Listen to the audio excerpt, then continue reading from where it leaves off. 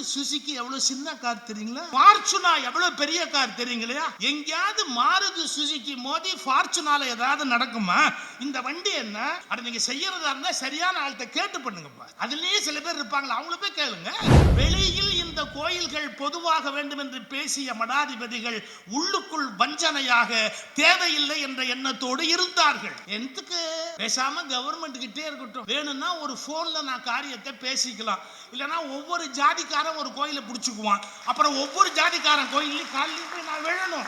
அவர்களுடைய ஒரே நோக்கம் ஒன்றுதான், கடவுளுக்கு போடப்படுகிற காசு முழுவதும் ஒரு கூட்டத்துக்கு மட்டுமே போக வேண்டுமே ஒழிய அதை தவிர நாட்டு மக்களுக்கு போகக்கூடாது. கடவுளுக்கு என்று காசு கொடுத்தால் அதை தாங்களே எடுத்துக்கொள்ள வேண்டும் என்று விரும்பினார்களே ஒழிய அது வேறு யாராவது தமிழருக்கு போய்விடும் என்றால் குறுக்கே வந்து நின்று கொள்வார். இந்த ஊர்ல உட்கார்ந்துருக்கா பாருங்க, சும்மா சாப்பிட்டுக்கிட்டு ஒரு ஆள், அவர் சொல்லாம எனக்கு தூக்கம் வருது. அவருக்கு எவ்வளவு பெரிய அவமானம் தெரியுங்களா?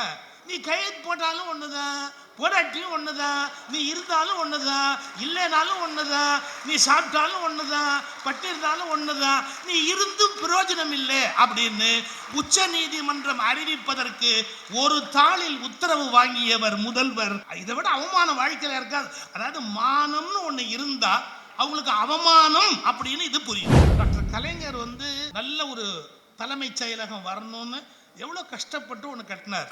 சரி, அதை மாத்திட்டாங்க. ஒன்னும் லேட் இல்ல, 60 ஏக்கர் சும்மா இருக்கு. ராஜ்பவன்ல அடுத்த தலைமைச் செயலகம் அமைவதற்கு நீங்க முயற்சி பண்ணணும். ராஜ்பவனில் முதல்வர் தான் இனி குடியிருக்க வேண்டும். இந்திரா காந்தி அம்மையாருடைய ஆட்சி காலத்துல எவ்வளவு பலமா இருந்த கட்சி, ஆனா அது ஏன் பலவீனப்பட்டதுங்கிறது அவங்க இப்ப புரிஞ்சுக்கிட்டு இருந்திருப்பாங்க. அவர்கள் செய்த அதே தவறுகளைத்தான் இப்போது பிஜேபி வேறு பிராண்ட் நேமில் செய்து கொண்டு இருக்கிறது. என்ன தெரியுங்களா? பர்வீனுக்கு அப்புறம் பேசக்கூடாது, பேச வர்றது ரொம்ப சிரமம். லண்டன்லாம் சமாளித்தோம், 12 நாள் ஒன்றா தான் போயிருந்தோம். அவங்களுக்கு பிறகு பேசி அதெல்லாம் சமாளித்தோம். இங்கே சமாளிக்க முடியாது. ஆனால் ஒரே ஒரு வார்த்தை, பெண்கள் துயரம், பெண்கள் கண்ணீர், பெண்கள் வேதனை எல்லாத்தையும் அப்படி உருக்கமாக அழகாக சொல்லி கைதட்டாத ஆம்பளைங்களையும் ஒரு சொடக்கிட்டாங்க.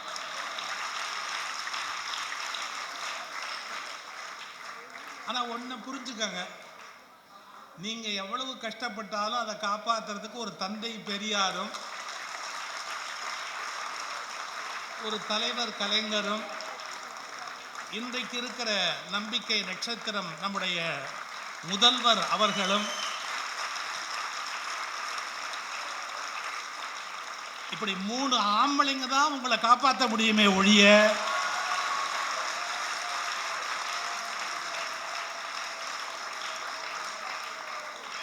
இப்படி 3 ஆம்பளைங்க தான் பெண்களுக்காக வருத்தப்பட்டு காப்பாற்ற முடியுமே ஒழிய பெண்களே முதல்வராக இருந்தாலும் அதெல்லாம் நடக்கல.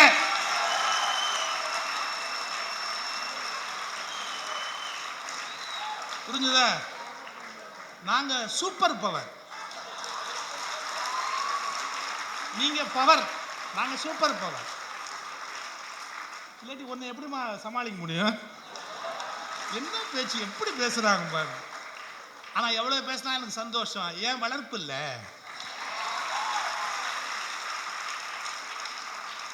மாண்புமிகு அமைச்சர் அவர்கள், பாராளுமன்ற உறுப்பினர் மற்றும் வருகை தந்த பல்வேறு பெரியோர்கள், அருமையாக உரை நிகழ்த்திய சகோதரி பர்வீன் அவர்கள், என் மகள் வயதுடைய மதிப்பிற்குரிய மதிவதனி அவர்கள், ஆஸ்திகமும் நாஸ்திகமும் பகை இல்லை, அப்பாவும் மகளுமாவும் இருக்கலாம், ஒரு தப்பும் கிடையாது. அருமை மகள் மதிவதனி அவர்களுக்கும் அரசியல் பிரமுகர்கள், வருகை தந்திருக்கிற அன்பர்கள் அனைவருக்கும் என்னுடைய அன்பான வணக்கம், வாழ்த்து. எனக்கு ஒரு நெருடலான ஒரு தலைப்பு, தமிழ்நாடும் ஆன்மீகமும் கடந்த 4 ஆண்டுகளாக ஏற்பட்டதை பற்றி என் பாசத்திற்குரிய சகோதரர் ஐயா அறநிலையத்துறை அமைச்சர் அவர்கள் பணியை கொடுத்திருக்கிறார். நீங்க தமிழ்நாட்டு வரலாறுலேயே எடுத்தீங்கன்னா ஒவ்வொரு தேர்தலையும் இஷ்யூ அப்படின்னு ஒன்று இருக்கும். மாநிலத்தில் வெல்லுகிற கட்சிக்கும் போராடுகிற கட்சிக்கும் இடையில இஷ்யூன்னு ஒன்று வரும். ஒவ்வொரு காலகட்டத்தில் ஒவ்வொரு போராட்டம் மையமாக இருக்கும். ஆனா ஒரு பெரிய ஆச்சரியம், இது வரைக்கும் எந்த காலகட்டத்திலும் இந்து சமயம் அப்படிங்கிறதோ இந்து சமய அறநிலையத்துறை என்பதோ ஒரு இஷ்யூவா எலெக்ஷன்ல வராது. ஏன்னா அது ஒரு 7வது 8வது பிரச்சனையா இருக்கும். அது தமிழ்நாட்டு அரசியல் கட்சிகளுக்குள்ள ஏற்படக்கூடிய பிரச்சனையில ஒரு மெயின் இஷ்யூவாவே இருக்காது. ஆனா கடந்த 4 ஆண்டுகளாக இந்து மத பாதுகாப்பு இப்படிங்கிற போர்வை அந்த வார்த்தையை சொல்லி சொல்லி இந்து சமய அறநிலையத்துறைய இஷ்யூவா ஆக்கின காலத்துல இதை சமாளிக்கிறதுக்கு ஒரே சரியான ஆளு இவர் தான் அப்படின்னு நம்முடைய முதல்வர் அவர்களுடைய நம்பிக்கையை பெற்ற நம்பிக்கை நட்சத்திரம். இந்த வேலையை விட்டு கொடுத்தா முடிச்சிருவாரு அப்படின்னு அவர் ரொம்ப பாராட்டி நீங்க சொன்னீங்க. ஒரே நாளில் விழாவை ஏற்பாடு செய்தார் அப்படின்னு. ஒரே நாளில் விழாவை அவர் ஏன் ஏற்பாடு செய்ய முடிகிறது என்றால், ஒரே தாளில் மத்திய அரசினுடைய செல்வாக்கை வீழ்த்துகிற ஒரு முதல்வர் கையில் இருப்பதால்.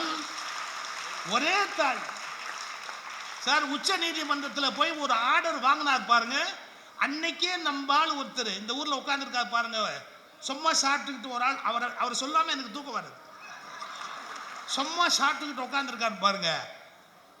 அவருக்கு எவ்வளவு பெரிய அவமானம் தெரியுங்களா?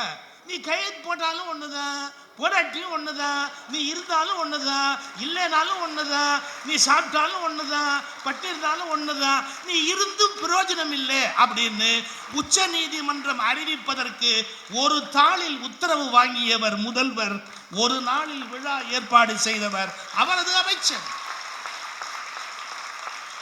எவ்வளவு பெரிய விஷயம் சார். நீ கையெழுத்து போட்டா என்ன, போட்டாட்டு என்ன, சட்டம் தான். இதை விட அவமானம் வாழ்க்கையில இருக்காது. அதாவது மானம்னு ஒண்ணு இருந்தா அவங்களுக்கு அவமானம் அப்படின்னு இது புரியும். அதுக்கு மேல நான் சொல்ல விரும்பல. ரொம்ப முக்கியம் அது. நீ இருந்தாலும் இல்லைனாலும் ஒண்ணு இல்லைன்னா எவ்வளவு பெரிய அவமானம். அதை பெற்று தந்த உரிமை. அது மட்டும் இல்ல, உச்ச நீதிமன்ற நீதிபதிகள் அதை சுற்றறிக்கையாக எல்லா மாநில கவர்னர்களுக்கும் அனுப்புங்கள்.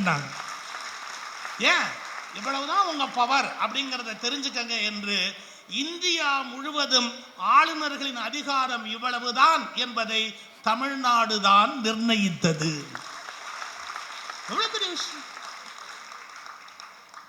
இதுல அந்த தமிழ்நாட்டில் சமயத்துறை அதையே எனக்கு அவர் பேச கூப்பிட்டார்னா, 50 ஆண்டுகளா நான் அதுல இருக்கிற A to Z எனக்கு தெரியும். ஒவ்வொரு காலகட்டத்தில் சமய தலைவர்கள் இங்க வந்தது. இப்ப மதுரை மடத்தில் இருக்கிறவர், அவருக்கு முன்னர் இருந்த அருணகிரி, அவருக்கு முன்னாடி இருந்தவர், 3 தலைமுறையா எனக்கு தெரியும். தர்மபுர மடத்தில் இவரை தெரியும், இவருக்கு முந்தினவரை தெரியும், அதுக்கு முன்னாடி இருந்த சன்னிதானத்தை எனக்கு தெரியும். இப்படி 3 தலைமுறையாக பார்த்து அந்த துறையில் நான் இருக்கிறவர். இப்ப இருக்கிற விஜயேந்திரர், அவர் பட்டம் கட்டவரை தெரியாது, அவருக்கு முன்னாடி இருந்த ஜெயேந்திரர், அவருக்கு முன்னாடி இருந்த மகா பெரியவர், எல்லாமே எனக்கு நல்லா தெரியும். 50 ஆண்டுகளா சமய உலகத்தில் நான் பயணித்துக் கொண்டிருக்கிறவர். இதுல இந்த கடந்த 4 ஆண்டுகளாக மிகப்பெரிய பிரச்சனையை வைத்து ஒரு குறிப்பிட்ட கூட்டம் பெருசா இந்து மதத்துக்கு இது விரோதமானது. இந்த ஒண்ணு முதல்ல புரிஞ்சுக்கங்க. கொள்கை வகுக்கும் போதே தந்தை பெரியாருடைய இயக்கத்திலிருந்து வெளியில் தனித்து வருகிற போதே பேரறிஞர் அண்ணா ஒரு வார்த்தை சொன்னார். நாங்கள் தேவையற்ற சமய பிரச்சனைகளை இனிமேல் பேச விரும்பவில்லை, கடவுளை பற்றிய விமர்சனங்களை செய்வதை நாங்கள் விரும்பவில்லை, அதனால் ஒன்றே குலம் ஒன்றே தேவன் என்று திருமூலர் திருமந்திரத்தின் கோட்பாட்டை அறிவித்தார். எனவே இது மதங்களுக்கோ கடவுளுக்கோ ஆன்மீகத்துக்கோ விரோதமாக நாங்கள் எதையும் செய்ய விரும்பவில்லை. காரணம், பொதுவாக ஒரு ஆட்சிக்கு வருகிற போது எல்லா மதத்தையும் அவர்கள் பார்க்க வேண்டிய கட்டாயம் இருக்கிறது. பிடித்தாலும் பிடிக்கவில்லை என்றாலும் அவர்கள் தான் எல்லோருக்கும் முதல்வராக இருக்க வேண்டி இருக்கிறது. அதனால் எங்கள் கோட்பாட்டில் சித்தாந்தத்தில் நான் ஒரு மாற்றத்தை கொண்டு வருகிறேன் என்று பேரறிஞர் அண்ணா தெளிவுபட பாதை வகுத்தார்கள். அந்த பாதையில் பயணிக்கிற போது எந்த சிக்கலும் இல்லை. மத துவேஷம் என்பதோ ஒரு குறிப்பிட்ட மதத்தை தாக்குவது என்பதோ ஒருபோதும் இவர்களுடைய நோக்கமாக இருக்க முடியாது. ஆனா கொஞ்சம் இப்ப நீங்க இன்னொன்னு புரிஞ்சுக்கணும். நான் சொல்ல போறது கஷ்டமான வரலாறு. இந்த மதம் இந்த மதம் இந்த மதம் அப்படியே ஒரே வார்த்தை சொல்றாங்களே ஒழிய, இந்து மதம்ங்கிறதுல 2 வகை இருக்கு சார். அடிப்படையில் 2 வகை இருக்கு. என்ன? ஜாதி மேலாதிக்கத்தையும் அந்த ஜாதி மேலாதிக்கத்தில் ஒரு குறிப்பிட்ட ஜாதியின் கொள்கை வகுக்கும் மேலாதிக்க உணர்வையும் ஒப்புக்கொண்டு அவர்களுக்கு அடிமைகளாக இருக்க ஒப்புக்கொண்ட இந்துக்கள், இது ஒரு குரூப். புரியுதா? ஜாதி வரிசைகளையும் அதில் குறிப்பிட்டவர்கள் பிறப்பாலேயே உயர்வானவர்கள் என்று அவர்கள் வகுக்கும் கோட்பாட்டுக்கு கட்டுப்பட்டு நிற்பது என்ற சித்தாந்தத்தோடு வாழுகிற ஒரு வகையான இந்து மத மக்கள் இருக்கிறார்கள். இவைகளையெல்லாம் நாங்கள் பெரிதுபடுத்த மாட்டோம். எங்கள் சைவம் போல், எங்கள் வைணவம் போல் எங்கள் வழியில் நாங்கள் பயணிப்போம். வெளியிலிருந்து வந்தவர்களை வெறுக்க மாட்டோம். அவர்களும் ஒரு கூட்டம் என்று ஒப்புக்கொண்டு அவர்களுக்கு உரிய இடத்தை மட்டும் கொடுப்போம் என்று கருதுகிற இன்னொரு இந்து மத பிரிவு இருக்கிறது. இந்த ரெண்டு பிரிவை புரிந்து கொள்ளாம ஒரு மேலாதிக்க உணர்வோடு பேசுவதுதான் இந்து மதம். அதற்கு எல்லாரும் கட்டுப்பட்டவர்கள் என்று சொன்னால், இன்றைக்கு சொல்லுகிறேன், உங்களுக்கு நடந்தது தெரியாது. ஒரு குறிப்பிட்ட மடத்தை இந்து மதத்தின் தலைமை பீடமாக அறிவிக்கின்ற முயற்சியில் ஈடுபட்டார்கள். ஒரே ஒரு குறிப்பிட்ட மடத்தை இந்து மதத்தின் தலைமை பீடமாக அறிவிக்க வேண்டும் என்று முயற்சி செய்தார்கள். முடியாது. ஒரு கல்லூரியில் 10 துறையில் 10 பேராசிரியர் இருப்பதை போல அவரையும் ஒரு மடாதிபதியாக மட்டுமே ஒத்துக்கொள்ளுவோமே ஒழிய அவரை இந்து மதத்தின் தலைவராக ஏற்றுக்கொள்ள மாட்டோம் என்று அறிவித்தவர்கள் உலகத்தில் உண்டு. இந்த வேறுபாட்டை வரலாற்றை நன்கு படித்தவர்கள் தெரிந்து கொள்வார்கள். தவ திரு குன்றக்குடி அடிகளார் படத்தை மகள் மதிவதனை எடுத்து காட்டினார். தவ திரு குன்றக்குடி அடிகளார் பாசறையிலே 50 ஆண்டுகள் பயணித்தவன் நான். தவ திரு அடிகளார் அவர்கள் எத்தனை முயற்சி எடுத்தார் இந்த சமயத்தை ஒழுங்குபடுத்துவதற்கு என்பது பலருக்கும் தெரியாது. நான் ஒரே ஒரு வரியில் வரலாற்றை சொல்லிவிட்டு பிறகு இந்த 4 கால பெருமைகளை அவர்கள் அந்த தெரிந்து கொள்ள வேண்டிய பகுதிகளை உங்களுக்கு சொல்லிவிட்டு விடைபெறுகிறேன். 1, நடுவிலே ஒரு முறை டாக்டர் கலைஞர் அவர்கள் குன்றக்குடி அடிகளாரை அழைத்து ஒரு வார்த்தை சொன்னார். எங்களுக்கு எதுக்கு கெட்ட பேர்? எப்போ பார்த்தாலும் ஏதோ கோயில்கள்லாம் வந்து இவன் உட்காந்துக்கிறான் அப்படிலாம் பேசுகிறாங்களே, அதை ஏதாவது மாற்றலாமே, என்ன பண்ணலாம்? சமய அறநிலையத்துறையை வேற எப்படி மாற்றி கொடுக்கலாம், எனக்கு ஒன்று அது வேணுங்கிறது இல்லை, கொஞ்சம் யோசிங்க அப்படின்னார் குன்றக்குடி அடிகளார்ட்ட. அவர் எம்எல்சியாக இருந்தவர், மேலவை உறுப்பினர். அடிகளார் ஒரு டிராஃப்ட் தயார் பண்ணார். எனக்கு எப்படி தெரியும்னா, அப்போ நான் ஜூனியர் அங்கே உட்காந்துருக்கிறேன். டிராஃப்ட் தயார் பண்ணார். ஒவ்வொரு கோயிலையும் ஒரு சின்ன கூட்டுறவு சொசைட்டி மாதிரி, இப்போ பழனி கோயில்னா நான் பழனி கோயில் பக்தன், அதுக்கு ஒரு செயற்குழு தேர்ந்தெடுக்கப்படும், பொதுக்குழு தேர்ந்தெடுக்கப்படும். பக்தர்களால பொதுக்குழு, பொதுக்குழுவால செயற்குழு, செயற்குழுக்கு ஒரு தலைவர் அப்படின்னு ஒவ்வொரு கோயிலையும் ஒரு கூட்டுறவு சொசைட்டி மாதிரி ஆக்கி அவர்கள் நிர்வாகம் செய்வார்கள். அரசு கணக்கு வழக்கம் மட்டும் பார்த்துக்கும். இந்த மாதிரி ஒரு ஸ்கீமை டாக்டர் கலைஞர் அவரிடத்துல அடிகளார் கொண்டு போய் கொடுத்தார். நடந்த உண்மை. அப்ப அடிகளார்ட்ட நம்முடைய முத்தமிழறிஞர் சொன்னார், உங்க மடாதிபதிகள் எல்லாத்தையும் கேளுங்க, அவங்க ஒத்துக்கிறாங்கன்னா போட்டு போவோம், எனக்கு என்ன வந்தது, இதை வச்சுக்கிட்டு எதுக்கு நான் கஷ்டப்படணும் அப்படின்னார். நீங்க நம்பவே மாட்டீங்க.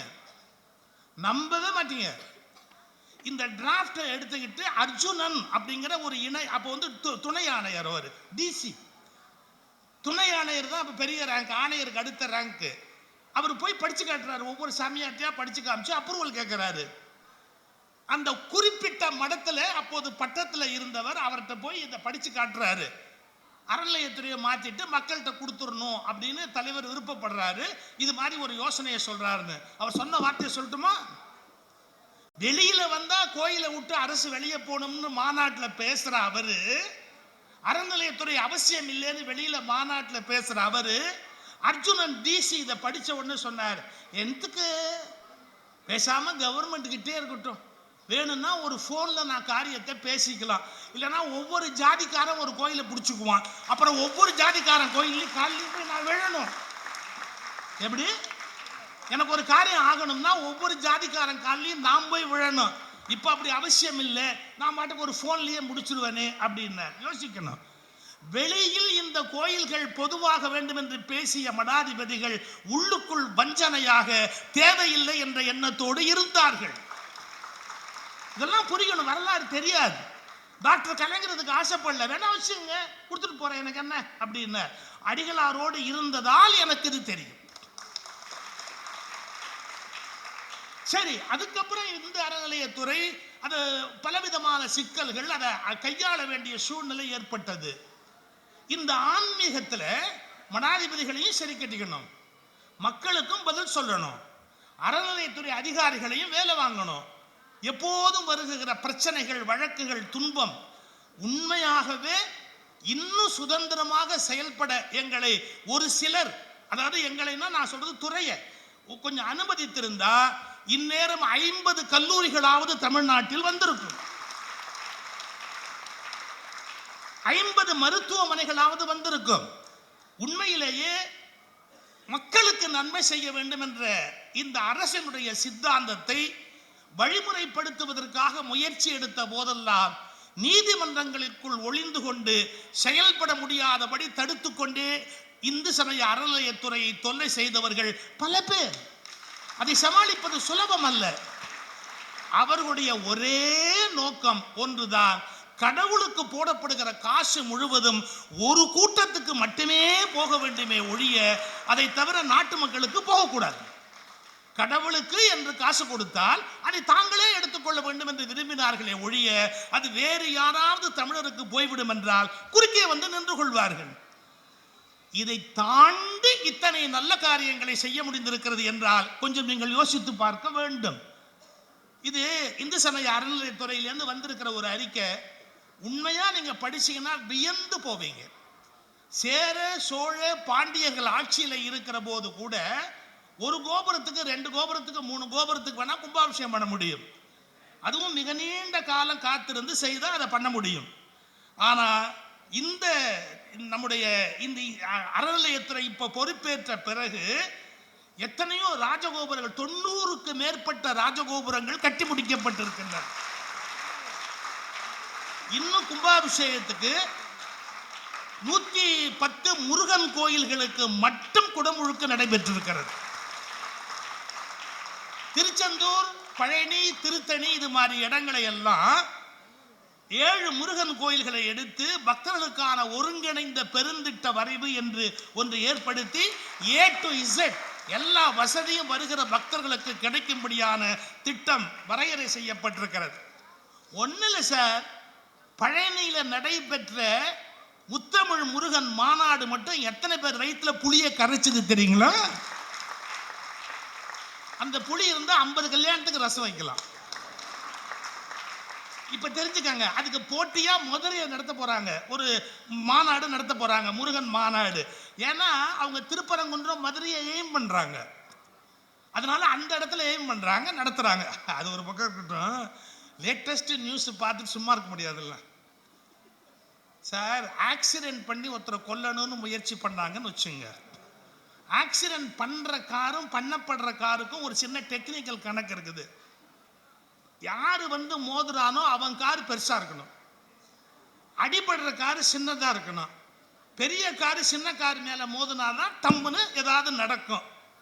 ஆனா மாருதி சுசுகி எவ்வளவு சின்ன கார் தெரியுங்களா? ஃபார்ச்சுனா எவ்வளவு பெரிய கார் தெரியுங்களா? எங்கேயாவது மாருதி சுசுகி மோதி ஃபார்ச்சுனால ஏதாவது நடக்குமா?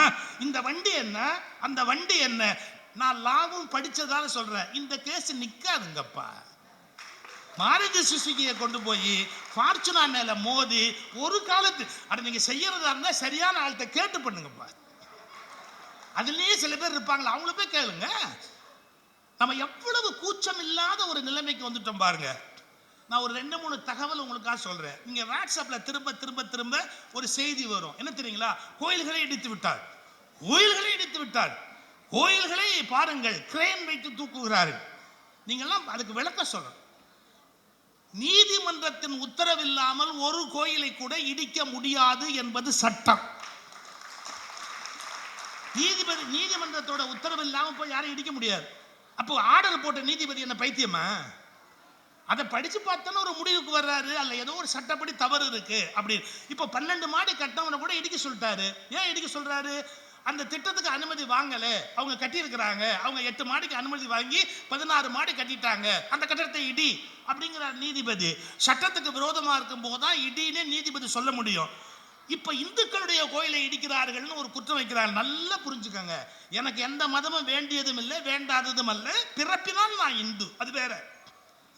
இஸ்லாமியர்கள் எப்படி ஒரு மசூதி கட்ட முடியும்னு கேட்டா, அவங்க 10-20 பேர் சேர்ந்து ஒரு ஜமாத் அமைச்சு, ஒரு அமைப்பு அமைச்சு, முறையாக அதை முறைப்படுத்தி அதை ரிஜிஸ்டர் பண்ணி, இடத்தை வாங்கி, பத்திரம் பதிவு பண்ணி அங்க கட்டுவாங்க. அது தனியாருடைய சொத்தா மாறிடும். யாரும் போய் ஒன்றும் கை வைக்க முடியாது. ஒரு சர்ச்சு கட்டுறதா இருந்தா நீங்க இஷ்டத்துக்கு கட்ட முடியாது. ரோமன் கேத்தலிக் சர்ச் நீங்க கட்டுறதா இருந்தா முடிவு பண்ணா ஆர்ச்சி பிஷப்ட அனுமதி வாங்கி மேல வரைக்கும் போய் அனுமதி வாங்கி தான் அங்க கட்ட முடியும். இந்த போதகர்கள் கட்டுறாங்களே சபை, அது கூட அவங்க இஷ்டத்துக்கு கட்ட முடியாது. அவங்க ஒரு சின்ன சொசைட்டி போட்டிருப்பாங்க. அதுல வாங்கி பணத்தை கணக்கு காமிச்சு அதுல கொஞ்சம் முன்னப்பின்ன இருக்கலாம். ஆனாலும் அவங்க அனுமதி பெற்று சட்டப்பூர்வமா கட்ட முடியும். நல்ல கவனிங்க, இடம் வாங்கி சட்டப்பூர்வமா பத்திரப்பதிவோட ஒரு இடத்தை கட்டினா அது யாரும் இடிக்க முடியாது, இடிக்க ஆர்டர் போட முடியாது. ஏரிக்கரை ஓரம் பாம்பு புத்து எங்க இருந்தாலும் அந்த இடம், ஒரு அரச மரம் ஒரு வேப்ப மரம் இருந்து அது கவர்மெண்ட் ஃபாரஸ்ட் டிபார்ட்மெண்டா இருந்தாலும், நல்ல கவனிங்க, இந்துக்கள் கோயில் கட்டுகிற போது சட்டங்களை மதித்து கட்டி இருந்தால் அதை இடிப்பதற்கு என்றைக்குமே வாய்ப்பு இல்லை. அதை புரிஞ்சுக்க மாட்டேங்கிறாங்க. என்ன சொல்றாங்க, ஓ அதெல்லாம் இல்லை கோயில் இடிக்கலாமான்னு. நீ அது புறம்போக்கு நிலம், அது ஏரிக்கரை, அது வேற ஒருத்தர் பேர்ல பட்டா இருக்குது, அரசாங்கத்து பேர்ல இருக்குது, நீங்க எப்படி அதை போய் கட்ட முடியும்? இதெல்லாம் புரிஞ்சுக்காம ஒரு துவேஷமான பிரச்சாரத்தை பண்றாங்க. நீங்க அதுக்கு அமைதியா விளக்கம் கொடுத்தா மட்டும்தான் பல பேருக்கு புரிய வைக்க முடியும். இதை விட ஒரு வாட்ஸ்அப்ல ஒரு வதந்தி உலகம் பார்த்திருக்கீங்களா? கோயிலுக்கு நான் மட்டும் கரண்ட் ஜாஸ்தி, மசூதிக்கு கம்மி, சர்ச்சுக்கு கம்மின்னு. சத்தியமா கிடையாது. நான் முதலே சொன்னேன், இபி இன்ஜினியர்ட்டே போய் கேளுங்க அப்படின்னு. என்ன கணக்குன்னா, நீங்க 100 யூனிட்டுக்கு மேல போனா ஒரு காசு, 100 யூனிட்டுக்கு கீழே இருந்தா ஒரு காசு. இதான் இபியில் இருக்கிற ரூல். பொது இடங்களுக்கு ஒரு ரூல் இருக்கு. எந்த காலத்திலும் இந்து கோயில்களுக்கு அதிக கட்டணம், முஸ்லீம் கோயிலுக்கோ கிறிஸ்டின் கோயிலுக்கோ கட்டணம் கம்மின்னு இபியில ரூல் போட முடியாது. போட்டாலும் சட்டப்படி செல்லாது. எவ்வளவு மோசம்! இது எத்தனை தடவை வாட்ஸ்அப்ல அனுப்பிச்சிருப்பாங்க. திருப்பி திருப்பி திருப்பி திருப்பி இந்து கோயிலுக்கு மட்டும் பாருங்க எலக்ட்ரிக் பில் ஜாஸ்தியா வருது அப்படின்னு கேட்டா, இதெல்லாம் காமன் சென்ஸோட யோசிக்கணும். ரெண்டாவது, இப்ப எங்களுக்கு என்ன தலையெழுத்து? நான் என்னமோ சமயம் ரிலிஜன் பேசிக்கிட்டு இருந்தேன். எனக்கு எதுக்கு ஒரு அரசியல் இயக்கத்தோட ஒரு மேடையில் நின்று பேச வேண்டிய கட்டாயம் என்னன்னா, ஒன்று புரிஞ்சுக்கணும். அதைத்தான் நம்முடைய எம்பி சிவா அவர்கள் ஆரம்பத்திலே சொன்னார். ஒரு ஐடியாலஜிக்கல் வார் இப்ப நடக்குதுன்னு சொன்னார். அது என்ன ஐடியாலஜிக்கல் வார்? இங்க காங்கிரஸ் நண்பர்கள் வந்திருந்தாலும் நான் சொல்ற உண்மையை நீங்க கொஞ்சம் கவனிச்சு பார்க்கணும். எவ்வளவு செல்வாக்கா இருந்த கட்சி அது, எவ்வளவு செல்வாக்கா இருந்த கட்சி. இந்திரா காந்தி அம்மையாருடைய ஆட்சி காலத்தில் எவ்வளவு பலமா இருந்த கட்சி. ஆனா அது ஏன் பலவீனப்பட்டதுங்கிறத அவங்க இப்ப புரிஞ்சுக்கிட்டு இருந்திருப்பாங்க. அவர்கள் செய்த அதே தவறுகளைத்தான் இப்போது பிஜேபி வேறு பிராண்ட் நேமில் செய்து கொண்டு இருக்கிறது. இதான் உண்மை. என்ன தெரியுங்களா? வடக்கு தெற்க அடக்கி ஆளணும். இதே ஐடியாலஜி அவங்களுக்கு இருந்தது. வடக்கு தெற்க அடக்கி ஆளணும். தோத்து போனாங்க. மைய அரசு மாநில அரசு கண்கள்ல விரல விட்டு ஆட்டணும் அப்படின்னு நினைச்சாங்க. கம்ப்ளீட்டா நழுவி போச்சு. எல்லா மாநில அரசுகளும் மாநில கட்சிகள் வளர்ச்சி அடைந்தன. ஒரு தவறுக்கு பிறகாவது இவங்க பாடம் கத்துக்க வேண்டாமா? அவர்கள் என்னென்ன தவறுகள் செய்தார்கள், இந்தியை எப்படியாவது இந்தியாவுடைய தேசிய மொழியா நுழைச்சிடணும் அப்படின்னு நினைச்சாங்க. வீணா போனாங்க. இப்ப அவங்க என்னென்ன தவறுகள் செய்தார்களோ அந்த தவறுகளை மீண்டும் செய்து ஒரு தத்துவ போற தொடங்கிட்டாங்க. எப்படி மாநில அரசுகளை செயலற்றதாக ஆக்கணும், எவ்வளவு இடைஞ்சல் எதிர்கட்சி ஆளும் மாநிலங்களுக்கு கொடுக்க முடியுமோ அவ்வளவு கொடுக்கணும். இதெல்லாம் தேவையா? உங்ககிட்ட கொடுத்த இடத்த ஒழுங்கா காப்பாத்திட்டு போங்களேன். கொடுக்காத இடத்த பிடிக்கிறதுக்கு ஒரு ஏக்நாத் ஷிண்டேயை ஏன் தேடிக்கிட்டே இருக்கிறீங்க? எங்கேயாவது ஒரு ஏக்நாத் ஷிண்டே கிடைக்க மாட்டாரா அப்படின்னு இதையே ஏன் தேடிக்கிட்டு இருக்கிறீங்க? கொடுத்த இடத்த சார் உங்களை நம்பி எங்க கொடுத்தாலும் அதை சரியா பண்ணா ஜனங்க யோசிப்பாங்களா இல்லையா? நல்லா பண்றான்ப்பா, நல்ல பிரமாதமா பண்றாமான்னு யோசிப்பானா இல்லையா? அதை விட்டுட்டு உங்ககிட்ட கொடுக்காத இடத்தை எல்லாம் எப்படி பிடிக்கிறதுன்னு புறவாசல் வழியாவே உள்ள வருதுன்னா இது வேண்டாத வேலை தானே. நேரா போய் மக்கள் அப்ரூவல் வாங்கறதுக்குரிய காரியத்தை பண்ணுங்களேன். எங்க பார்த்தாலும் பின்வாசல் வழியா உள்ள வரதுக்கான யோசனையை ஏன் செய்றீங்க? அதனாலதான் சொன்னேன், இட் இஸ் an ஐடியாலஜிக்கல் வார். இங்க தமிழர்களை நீங்க எக்காரணத்திலையும் அடிமைப்படுத்த முடியாது. இவர்கள் வீர மறவர்கள். அவங்களுடைய உணர்வுகள் வேற. அவர்களை அடிமைப்படுத்த நினைக்கிற போதெல்லாம் நீங்கள் தோற்று போகிறீர்கள். அதனால நம்ம இந்தியாங்கிற ஒற்றுமையில தான் இருக்கிறோம், அந்த உணர்வுல தான் இருக்கிறோம்.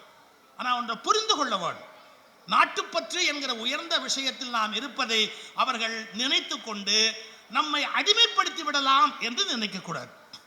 நமக்கு உறவு வேணும்னு நினைக்கிறதுக்காக நம்மளை அவங்க வீணாக்கலாமா? அந்த மாதிரியான காரியம் நடக்கக்கூடாது. இன்னும் ஒரு நுட்பமான விஷயம், இப்ப நான் விதை போட்டு போறேன். இந்திய அரசமைப்பு என்பது ரொம்ப அழகா நம்முடைய எம்பி சிவா அவர்கள் சொன்னார்கள். யூனியன்னா ஆணியன்னு அண்ணா அவர்கள் சொன்னதை அழகா சொன்னார். ஒன்னொன்னா உரிச்சிக்கிட்டே வந்தா ஒண்ணும் இல்லாம போயிடும்னு. உண்மையாகவே இந்தியா நல்லா இருக்கணும்னு சொன்னா மாநில சட்டப்பேரவைகள் போதுமானவை.